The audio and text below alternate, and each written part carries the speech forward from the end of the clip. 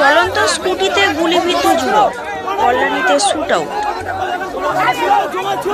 Police সূত্রে খবর, গুলিবিদ্ধ যুবকের নাম অজয় মাহাতো, বাড়ি কল্যাণীর চরজাজিরা এলাকায়। ঘড়িতে তখন 9টা। রাতে স্কুটিতে করে যাচ্ছিলেন অজয়, বসেছিলেন পিছনে। স্কুটি চালাচ্ছিলেন বিশ্বজিৎ মাহাতো নামে এক যুবক। অজয়কে তার দাদা বলে পরিচয় দিয়েছেন তিনি। অভিযোগ, সীমান্ত এলাকায় পিছন থেকে এসে অজয়কে লক্ষ্য করে গুলি চালায় দুষ্কৃতীরা। গুলি লাগে পিঠে ও পেটে। যিনি স্কুটি চালাচ্ছিলেন সেই বিশ্বজিতের শরীর ছুঁয়ে যায় গুলি।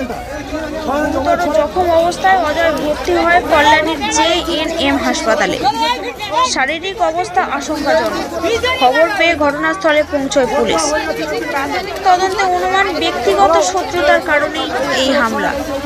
উত্তেজনার কারণে এলাকায় বসানো হয়েছে পুলিশ পিকেট।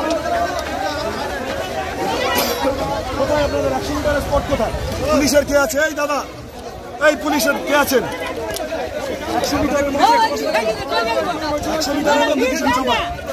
100 মিটারের জমা একটা